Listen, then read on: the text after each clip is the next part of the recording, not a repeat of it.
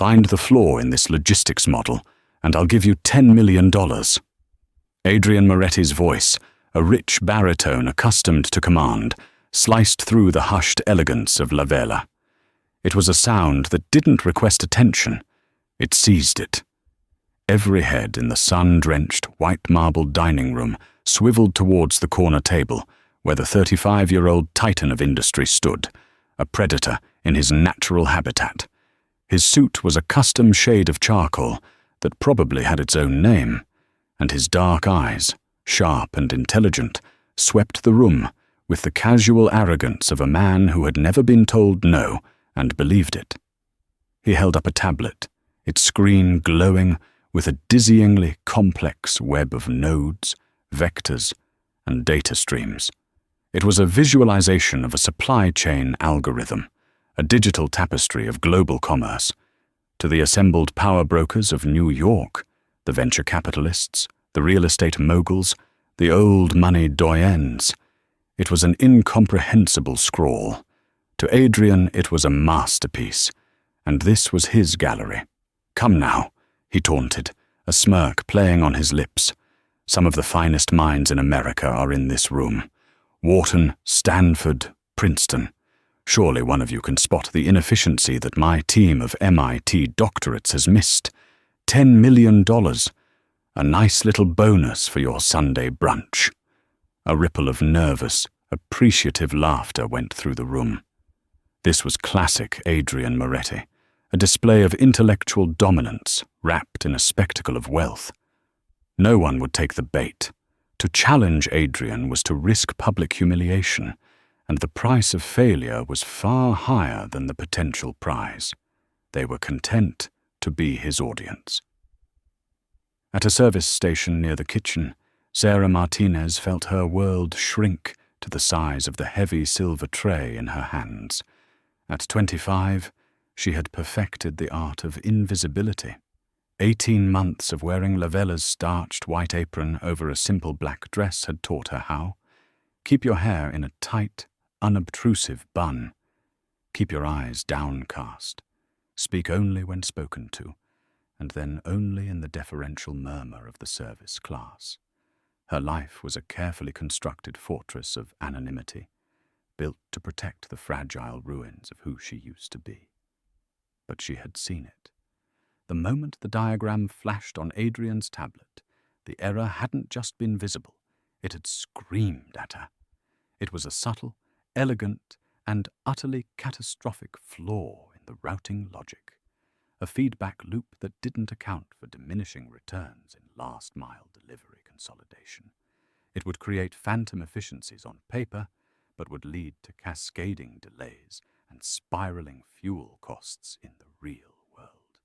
Millions, tens of millions, would bleed out of the system before anyone even knew they were cut. Her mind, the one she worked so hard to silence with the repetitive motions of polishing silverware and refilling water glasses, had analyzed and diagnosed the problem in less than 3 seconds. It was a muscle memory she couldn't erase, a ghost of a past life she couldn't outrun. "Walk away, Sarah. Say nothing. You are a ghost. Ghosts don't speak." "I thought so." Adrian's voice dripped with theatrical disappointment as he prepared to lower the tablet. "A room full of lions, and not a single one has the teeth to—" "The Lagrange multipliers are incorrectly weighted." The words left her mouth before she could stop them. They were not a whisper. They were clear, calm, and carried a quiet authority that sliced through Adrian Moretti's monologue like a scalpel. Absolute silence descended upon La Vela. The gentle clinking of cutlery stopped. The murmur of conversation died. 200 pairs of the most powerful eyes in New York City turned from the billionaire CEO to the waitress standing by the service station. Sarah felt a hot flush creep up her neck. Her heart hammered against her ribs like a trapped bird. But beneath the terror, a long dormant part of her, the girl who once solved differential equations for fun, the prodigy who saw the world in systems and patterns, straightened her spine. Adrian Moretti's dark eyes found hers. The amusement in them was replaced by a flicker of surprise, which then morphed into a predatory curiosity. He looked at her not as a person, but as an anomaly, an unexpected variable in his controlled experiment. "Excuse me?" he said, his voice dangerously soft. Did the staff just offer a critique? Isabella Vance, Adrian's fiancée and a porcelain sculpture of old money perfection, glared at Sarah from the table. It was a look that could curdle cream, a look that said, "How dare you exist in my line of sight?" Julian Croft, Adrian's silver-haired, impeccably dressed CFO, leaned forward, his expression a mask of detached interest that didn't quite hide a flash of irritation. Sarah's fingers tightened on the tray, the metal cool against her sweating palms. She lifted her chin, meeting Adrian's intense gaze. The years she had spent hiding melted away, and the reflexes of a lifetime of academic rigor took over. "I said," she repeated, her voice steady despite the tremor in her hands. "The Lagrange multipliers in your optimization algorithm are incorrectly weighted. You're treating each distribution hub as an independent variable, but they're part of a closed system. The efficiency gains at one hub are creating bottlenecks at the next 3 down the line. It's a classic, cascading failure model." The silence in the room deepened, becoming heavy and charged. Someone coughed. Isabella's immaculately painted lips thinned into a venomous line. Adrian's smirk was gone, replaced by a focused, unnerving stillness. "Enlighten me, miss." "Martinez," she supplied, her voice quiet but firm. "Sarah Martinez." "Ms. Martinez," he said, the name rolling off his tongue as if he were testing its weight. "Please do elaborate. Tell me what my team, with their combined centuries of experience, managed to miss." She took a small, steadying breath. The fear was still there, but now it was mixed with a heady rush of adrenaline. For the first time in 18 months, she wasn't invisible. "Your model prioritizes the shortest route between 2 points, A and B," she began, speaking with the clarity of a professor lecturing a class. "But it fails to properly account for the variable processing capacity at point B. Your algorithm sends 10 trucks to a hub that can only efficiently unload 5 at a time. So while those first 10 trucks take the optimal route, they create a backlog that delays the next 50 trucks, exponentially increasing wait times and fuel consumption across the entire network. You're optimizing for the individual tree and setting the entire forest on fire." She paused, then added, a hint of the old confident Sarah breaking through. "It's a beautiful model, aesthetically, but functionally, it's designed to fail at scale." A collective intake of breath seemed to pass through the room. Isabella's face was a thundercloud of fury. Julian Croft's expression had shifted from irritation to something colder, more calculating. But Adrian wasn't looking at them.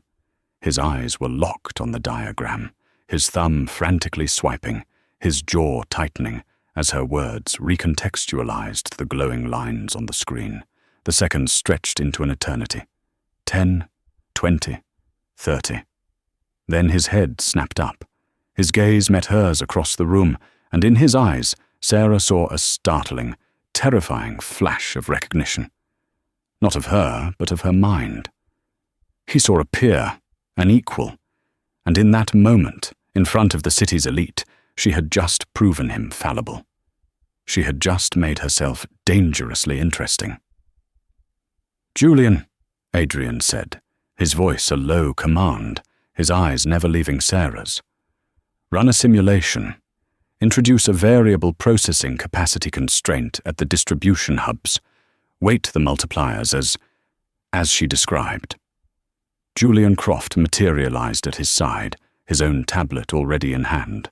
His fingers flew across the screen, his gaze flicking to Sarah with a cold, analytical intensity that made her deeply uneasy. She had seen that look before, in the eyes of men who saw people as assets or liabilities, pawns on a chessboard. A full minute of tense silence passed as the simulation ran. Then, Julian's face went pale. "He's right," Julian said, his voice tight, struggling to keep the shock out of his tone. "No, she's right. The model collapses under load. At full scale, the inefficiency would cost us upwards of $40 million in the first year alone. How in God's name did a waitress—" "That," Adrian said, his voice resonating with a newfound intensity, "is the $10 million question." He crossed the dining room in 3 powerful strides, moving with a purpose that parted the air around him.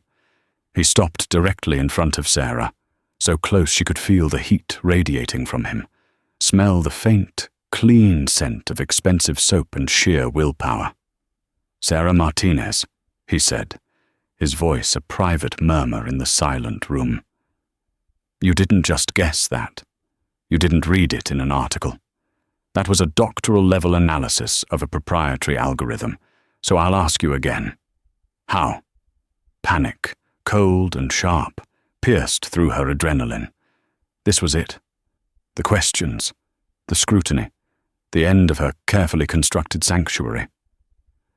I took some math classes in college," she stammered, the lie tasting like ash in her mouth. "No." His gaze was relentless, peeling back her defenses layer by layer. "That wasn't a college math class. That was the voice of an expert. The confidence in your explanation, the precision of your language. You've done this before. You live and breathe this stuff, and the way you're trying to shrink back into the shadows now tells me you have a very compelling reason for hiding a mind like that behind a waitress's apron." He stepped back, raising his voice to address the entire, captivated audience, though his eyes remained locked on hers. "Ladies and gentlemen, a man is only as good as his word. I made a challenge, and an answer was given. Ms. Sarah Martinez has found the flaw." He paused, letting the drama hang in the air. "She has just earned herself $10 million. The room erupted in a cacophony of shocked whispers and gasps. Isabella shot to her feet, her face contorted in a mask of disbelief and rage. Julian Croft's expression hardened into one of undisguised hostility. Sarah felt the floor drop out from beneath her. Her invisible fortress had just been nuked from orbit. "Mr. Moretti, I can't accept that," she managed to say, her voice trembling. "It's not a negotiation." Adrian's smile was sharp, triumphant, the look of a man who had just discovered a priceless treasure in an unexpected place. "But I will give you a choice in how you receive your payment. Option 1. My foundation wires the full $10 million to an account of your choice by morning. You walk away, and we never have to see each other again." He leaned in closer, his voice dropping again, a conspiratorial whisper meant only for her.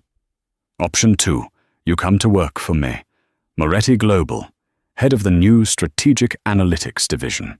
A 7-figure salary, stock options that will make the $10 million look like a rounding error, and a seat at the table where decisions are made. You'll answer to no one but me." He held her gaze, and she saw something beyond the arrogance, a flicker of a shared understanding. "Option 3, he continued softly. You can take the money and run. Go back to hiding. Go back to pouring coffee for men half as smart as you. And you can spend the rest of your life wondering what might have been if you'd had the courage to step back onto the field and play the game you were clearly born to dominate." Sarah couldn't breathe. 18 months of quiet, of safety, of paying penance for a past that wasn't her fault. All of it was about to be obliterated by this man's impossible offer and his even more impossible perception. "Why?" she whispered, the question raw with confusion and fear. Why would you do this? His expression softened almost imperceptibly, a hint of something vulnerable beneath the steel. Because my father's company went bankrupt over a single, overlooked detail in a shipping contract. A flaw no one saw until it was too late. I've spent my entire life looking for people who can see the details others miss. He paused, his eyes searching hers. People who see the whole forest. And I have a feeling, Sarah Martinez, that you see things no one else does. I can't afford to have a mind like that working against me. I'd much rather have it working for me. Before she could process his words, Isabella was at his side, her hand a possessive claw on his arm. Her diamond bracelet glittered menacingly under the restaurant lights. Adrian, darling, this is absurd. You can't be serious. Hiring... Think of the optics. I'm thinking of the $40 million she just saved me, Adrian replied, not even glancing at his fiancée. That's an optic I can live with. He pulled a sleek black business card from his jacket and pressed it into Sarah's hand. His fingers were warm, and they lingered against her cold skin for a fraction of a second too long. My private cell is on the back, he said. You have until tomorrow at noon. Think about it, Sarah. His eyes held hers, a silent challenge passing between them. Don't let fear make your decisions for you. A mind like yours doesn't belong in the shadows. He turned and walked back to his table, leaving Sarah standing alone in the center of the room. She was the epicenter of a social earthquake, clutching a business card that felt like it weighed 1,000 pounds. 200 pairs of eyes were dissecting her, and her heart was pounding with a terrifying, exhilarating mix of dread and hope. The arrogant CEO had seen through 18 months of invisibility in 30 seconds, and in doing so, he had either saved her or destroyed her completely. The swinging doors of the kitchen provided a flimsy sanctuary. Sarah burst through them, the cacophony of clattering pans and shouting chefs a welcome chaos after the suffocating silence of the dining room. Her hand was clamped around Adrian Moretti's business card, the sharp edges digging into her palm. Holy Mother of Maria, a fellow waitress with kind eyes and 20 years of experience handling the whims of the rich, rushed to her side. Sarah, what was that? Did that man really just... I need a minute, Maria. Please. You need a drink is what you need, Maria said, guiding her firmly toward the cramped, windowless break room. Sit. Breathe before you fall over. Sarah collapsed onto a worn plastic chair, the adrenaline from the confrontation leaving her shaking uncontrollably. The business card lay on the table between them, a black rectangle of terrifying potential. Talk to me, kid, Maria said gently, closing the door. That wasn't just some math classes in college. Who are you? Sarah looked at Maria, who had shared countless quiet shifts with her, who had covered for her on days when the grief was too heavy and felt the damn wall she'd so carefully constructed begin to crack. My father. He was a programmer, Sarah began, the words feeling foreign after so long. A genius. He designed logistics algorithms in our basement. Not for a big company, just for himself. It was like art to him. He saw beauty in efficiency. Her voice grew thick with memory. He developed a revolutionary predictive modeling system. It could anticipate supply chain disruptions before they happened. He poured his life savings into patenting it. He called it the compass. Maria listened, her expression patient and kind. A company, a huge logistics conglomerate called Titan Freight, heard about it. They wanted to buy it. Their CEO, a man named Marcus Thorne, charmed my father completely. He talked about partnership, about changing the world. My dad, he was a brilliant man, but a trusting one. He gave them access to his source code as a show of good faith before the contracts were finalized. Sarah's hands curled into fists on the table. A month later, Titan Freight launched a new system called Navigator. It was my father's work, stolen. They'd changed just enough of the code to circumvent his patents. We sued, but they had an army of lawyers. They buried us in legal fees. They claimed he was an unstable amateur who had stolen their ideas. The stress, it triggered a massive heart attack. He was gone in a week. Tears she hadn't allowed herself to cry for months burned at the back of her eyes. I was at Caltech on a full scholarship for computational mathematics. I dropped out to fight the lawsuit. I lost. We lost everything.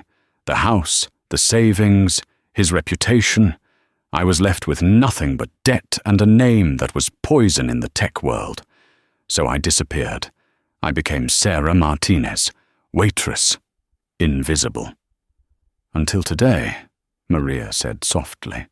Until Mr. Moretti put a spotlight on you. The algorithm he showed.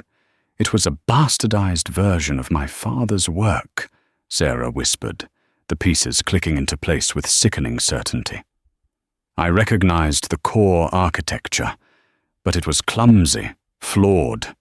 Whoever adapted it didn't understand the underlying principles. That's why I saw the error. It was like seeing a beautiful painting that someone had vandalized. Her phone buzzed, startling her. An unknown number. She hesitantly opened the text. Isabella is on the warpath. Don't listen to anything she says. The offer is real, and it stands. AM. Before she could even process it, the break room door swung open with a sharp crack. Isabella Vance stood there, her Chanel coat draped over her shoulders like a suit of armor, her face a mask of cold fury. Out, she commanded Maria, her voice leaving no room for argument. Maria gave Sarah a worried look, but knew a losing battle when she saw one. She squeezed Sarah's shoulder and left, closing the door behind her. Isabella approached the table, her movements precise and predatory. Let's get something straight, little girl, she began, her voice a venomous hiss. I don't know what kind of game you think you're playing, but it ends now. I'm not playing a game, Sarah said, finding a sliver of her old strength. Oh, please. Isabella laughed, a sharp, ugly sound. The damsel in distress with the secret, brilliant mind. It's the oldest trick in the book. Adrian has a savior complex the size of Manhattan. He's drawn to broken things he thinks he can fix. She leaned over the table, her perfume cloying and aggressive. But he is mine. Our families are set to merge, two of the largest real estate portfolios in the country upon our marriage. This is a billion-dollar union, and I will not let some conniving waitress from the gutter jeopardize it. Your fiancé offered me a job, and you will turn it down, Isabella stated, not as a request, but as a fact. You will take the 10 million, which is frankly more money than your entire family has seen in 10 generations, and you will disappear. Again. And if I don't? The defiance in Sarah's voice surprised even herself. Isabella's smile turned cruel. Then I will make it my personal mission to destroy what little you have left. I did some digging on my way over here. The lawsuit? Titan Freight? The disgraced daughter of a failed programmer? It's a sad, pathetic little story. I can have it splashed across every gossip column and business journal in this city by sunrise. I'll paint you as a fraud, an opportunist trying to extort my fiancé by rehashing your family's failures. No one will ever hire you again. You won't even be able to get a job in a place like this. She tapped a perfectly manicured nail on the business card. You have until noon tomorrow. Make the smart choice. For your own good. Isabella swept out of the room, leaving a chill in her wake. Sarah stared at the card, her heart pounding. Isabella's threat was real. She could and would destroy her. The safe, grey world she had built was an illusion. The past was never truly buried. Her phone buzzed again. Another text from Adrian. My office. Tomorrow, 9 a.m. Don't call, just come. I need to show you something. And for what it's worth, I don't think you're a broken thing. I think you're a weapon that's forgotten how to fight. Sarah looked from the text message to the business card. One offered a quiet, wealthy oblivion. The other, a chance to fight back, but with the risk of total annihilation. For 18 months, she had chosen safety. She had honored her father's memory by hiding, by surviving, but her father hadn't been a man who hid. He had been a creator, a fighter, a man who believed in his work. Seeing his legacy twisted and broken on that tablet had awoken something in her. Isabella's threats were meant to make her feel small, to remind her of her place. But they did the opposite. They reminded her of what she had lost and what she still had to fight for. She picked up her phone, her thumb hovering over the keypad. Her hands were still shaking, but it was no longer just from fear. It was from a terrifying, unfamiliar surge of resolve. She typed a single-word reply to Adrian Moretti. 9. The lobby of Moretti Global was a cathedral of glass and steel, a monument to ambition. Men and women with sharp suits and sharper eyes moved with a relentless purpose. It was a world Sarah had once been destined for, before her life had been violently derailed. Dressed in the only professional outfit she still owned, a simple charcoal sheath dress and a blazer she'd bought on clearance years ago, she felt like an imposter. A severe-looking receptionist directed her to a private elevator. It ascended silently, the city unfolding below her like a map of her own anxieties. The doors opened directly into an expansive suite on the 80th floor. Adrian Moretti was standing by a floor-to-ceiling window, looking out over his kingdom. He turned as she entered, his expression unreadable. "You came," he said. "It wasn't a question. You told me to. I also told you not to let fear make your decisions. Coming here was a choice made out of courage or desperation." "Does it matter?" she countered, her voice steadier than she felt. A ghost of a smile touched his lips. "Maybe not. Coffee?" He gestured to a minimalist seating area. He was dressed more casually today, in dark trousers and a fine-gauge merino wool sweater, but he still radiated an aura of coiled power. "I'm not here for coffee, Mr. Moretti. I'm here because you sent me a cryptic text message." "Adrian," he corrected her. "And I sent it because I wanted to talk to you, away from prying eyes and ears." He sat down, gesturing for her to do the same. "Isabella paid you a visit, I assume?" "She threatened to ruin me," Sarah said bluntly. "She's good at that," he replied, his tone laced with a weariness that surprised her. "Our engagement is a business arrangement, a relic of a deal my father made years ago. It's a merger of empires, not hearts." He looked at her directly, his gaze unflinching. "I am not in love with my fiancée. And after her performance yesterday, I'm finding it difficult to even respect her." The admission hung in the air between them, raw and unexpected. "Why are you telling me this?" Sarah asked, her guard still firmly up. "Because I believe in transparency," he said. "And because I need you to understand the chessboard we're playing on. This isn't just about a job, Sarah. It's about a war." He leaned forward, his intensity magnetic. "The logistics algorithm you analyzed, it's part of a hostile takeover bid I'm launching. For Titan Freight." Sarah's blood ran cold. "Titan Freight?"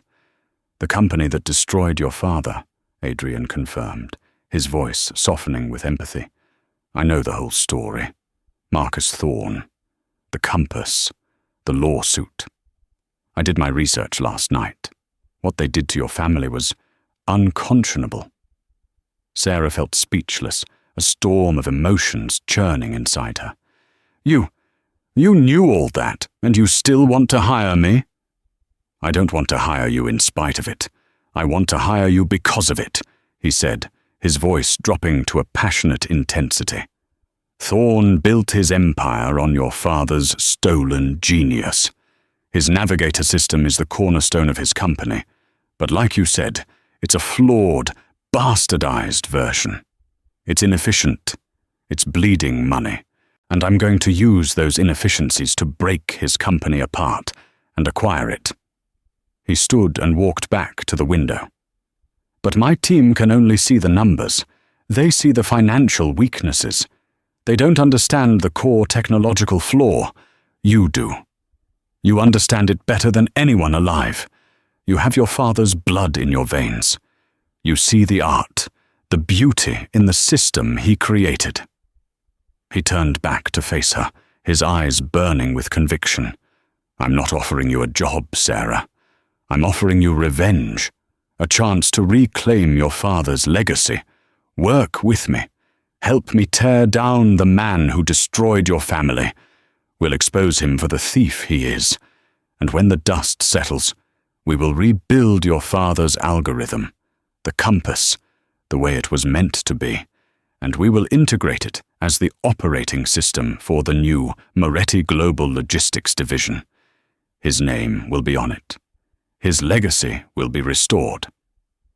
It was an audacious, breathtaking proposal. It was everything she had ever dreamed of, a fantasy of justice so potent it made her dizzy.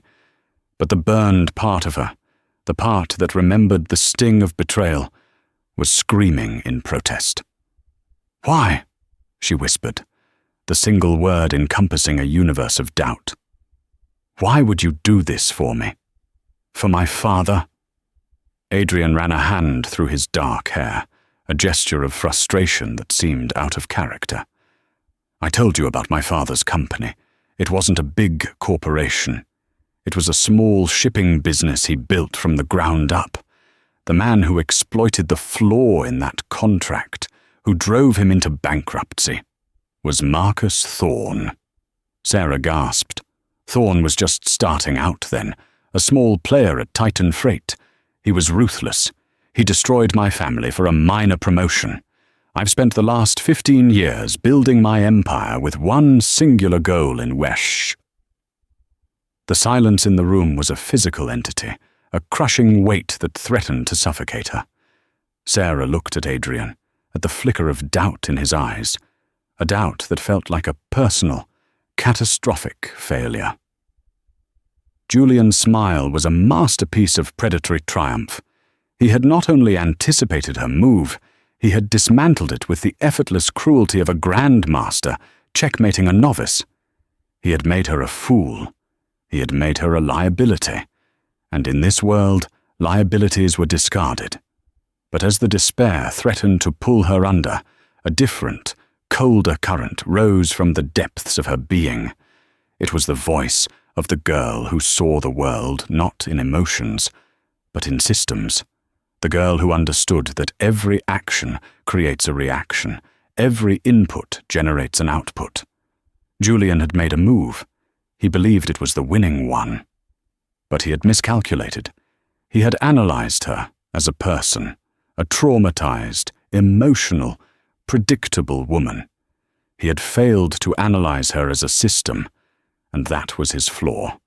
A slow, deliberate calm settled over her. The trembling in her hands ceased. Her heart, which had been hammering against her ribs, slowed to a steady, rhythmic beat. She looked away from Adrian's conflicted face and met Julian Croft's smug gaze directly. "You're right, Julian," she said, her voice devoid of panic, resonating with a strange, unnerving serenity. "You should be more careful with your things." The smile on Julian's face faltered, a hairline crack in his perfect composure. The shift in her demeanor was an unexpected variable he couldn't immediately process. Adrian's head tilted, his focus sharpening on her, sensing the change in the room's atmosphere. "That folder," Sarah continued, gesturing to her empty briefcase with a casual wave of her hand, "was a diagnostic tool, a piece of bait. I never intended for it to be the evidence. The evidence, you see, isn't a collection of papers. It's a person. It's you."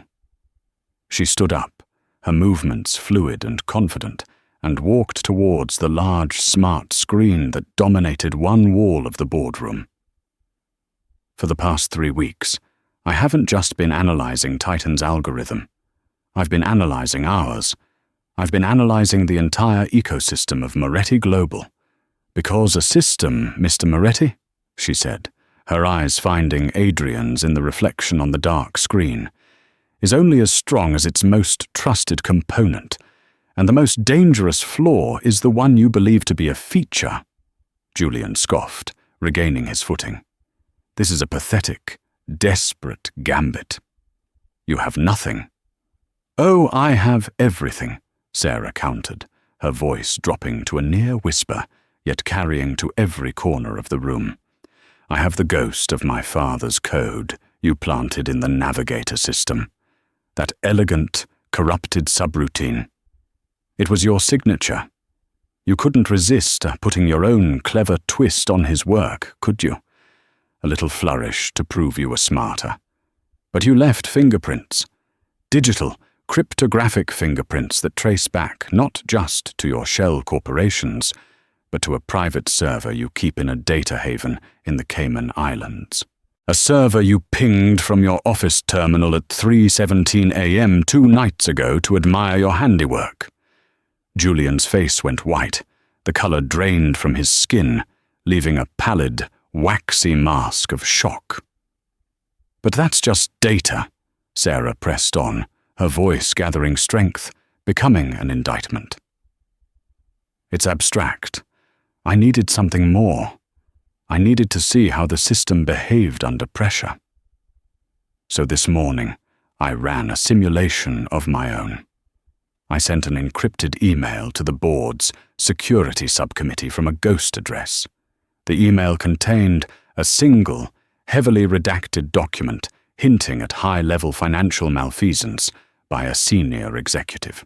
I theorized that the guilty party, upon hearing that I was about to present my final analysis, would assume the email was about them and would take immediate, decisive action to neutralize the threat.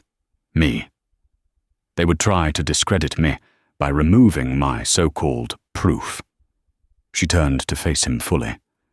"I left my office for exactly 4 minutes and 27 seconds to get a coffee. Long enough for a man with a master keycard and a guilty conscience to slip in and remove a folder he believed would incriminate him. Your office is 3 doors down. The security logs will show you leaving your office at 9:14 a.m. and returning at 9:18 a.m. My briefcase was rifled through at precisely 9:16 a.m. The folder you took contained nothing but blank paper, Julian. The real proof wasn't in the folder. It was in the act of you taking it. Every word was a nail being hammered into his coffin. The air in the room was electric. Adrian had risen from his chair, his face a thunderous mask of dawning, terrible realization. He wasn't looking at Sarah with doubt anymore. He was looking at her with a profound, terrifying awe. He hadn't just found a weapon. He had armed a god of vengeance. "And just in case that wasn't enough," Sarah said, delivering the final fatal blow, "the entire unredacted file, detailing every transaction, every shell company, every piece of corrupted code, was sent from my personal laptop to Adrian's private encrypted server 10 minutes before this meeting began. It's time-stamped 9:50 a.m. He has it all, your entire pathetic, parasitic empire, built in the shadows of 2 great men you could never hope to emulate." Julian Croft, the man of ice and control, finally broke. A strangled, guttural sound escaped his lips. He stumbled back, his eyes darting between Sarah's implacable face and Adrian's cold fury. The predator had become the prey. The system had turned on him. Adrian's voice, when it came, was preternaturally calm. It was the calm at the eye of a hurricane. "Julian, give me your keycard, your phone, and wait here for security." It wasn't a negotiation. It was the end. The hours that followed were a blur of sterile efficiency. Men in dark suits with discreet earpieces appeared and escorted a shattered Julian Croft from the boardroom. Lawyers materialized, their voices low and urgent. Statements were taken. Hard drives were confiscated. The machinery of corporate justice, once set in motion, was swift and absolute. Through it all, Sarah sat in her glass-walled office, the door closed, watching the controlled chaos unfold. She felt strangely detached, as if she were observing a complex simulation that she had designed and executed perfectly. The adrenaline had long since evaporated, leaving behind a profound, hollow quiet. There was no elation, no triumphant surge of victory. She had won. She had avenged her father. She had exposed the snake in the garden, but the silence in her soul was deafening. She had expected the ghosts to cheer.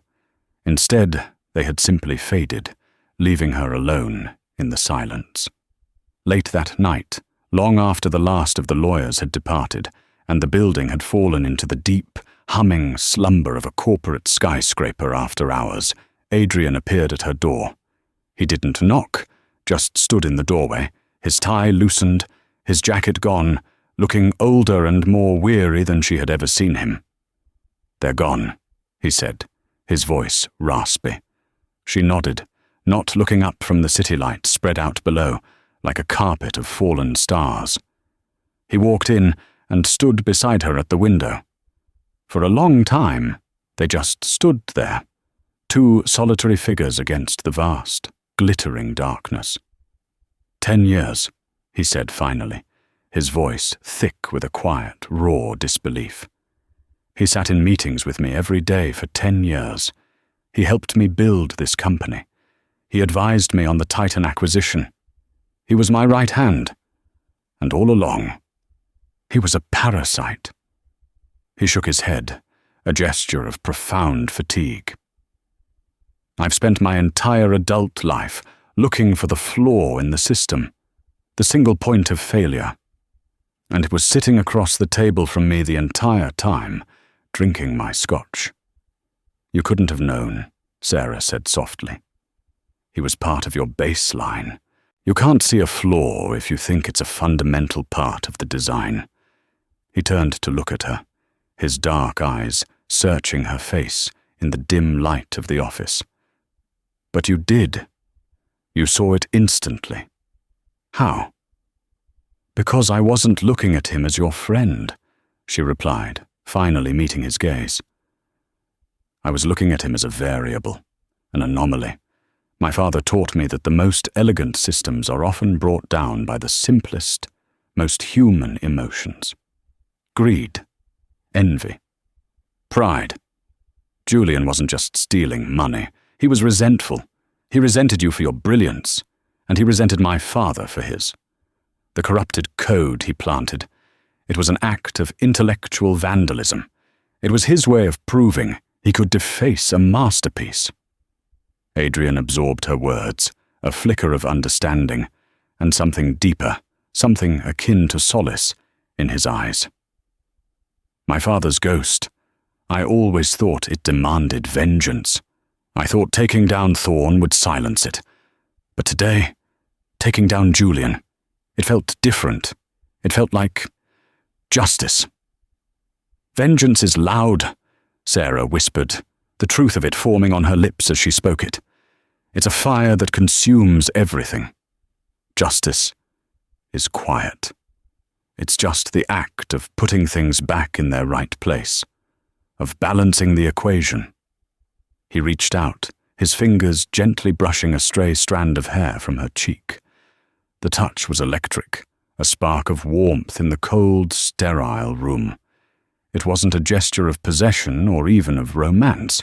It was a gesture of recognition. He saw her. Not the waitress, not the weapon, but the woman who understood the specific, lonely language of his own heart.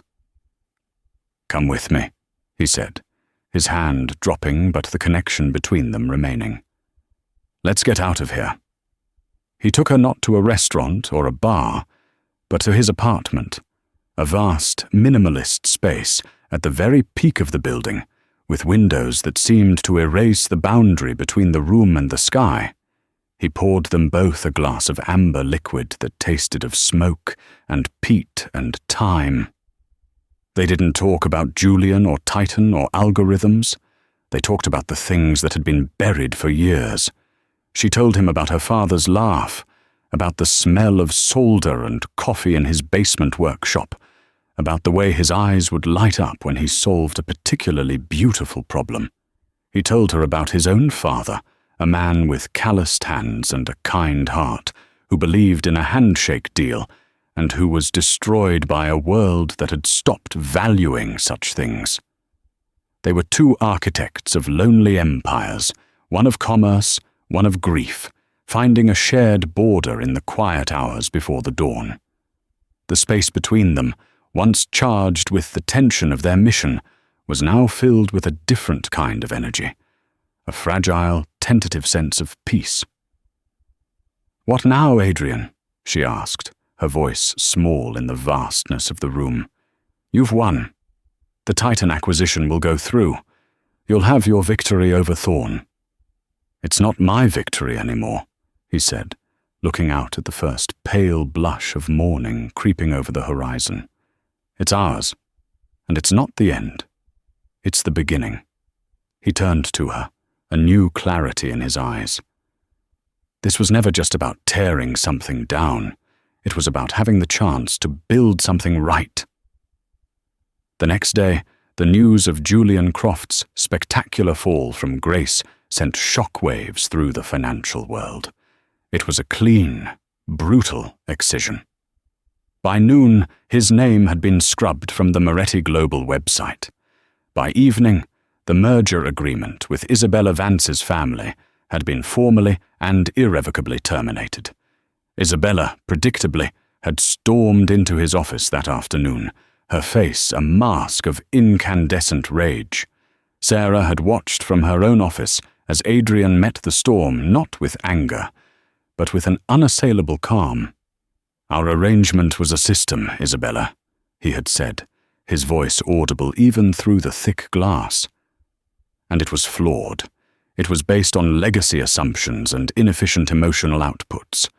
I'm restructuring my life based on a new model, one that prioritizes integrity and genuine strength.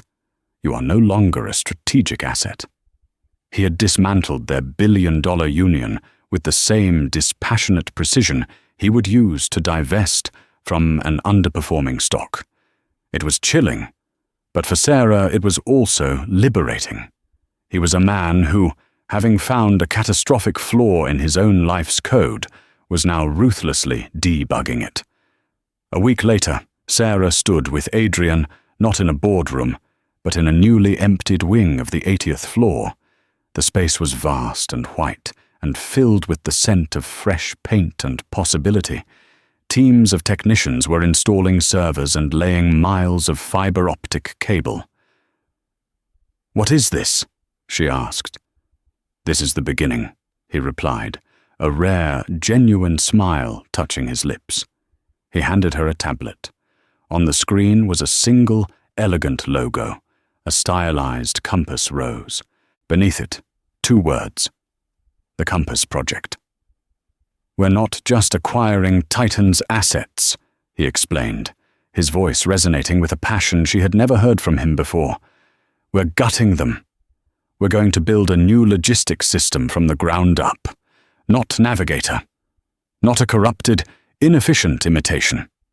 We're going to build your father's vision, the way he intended it. And you are going to lead it."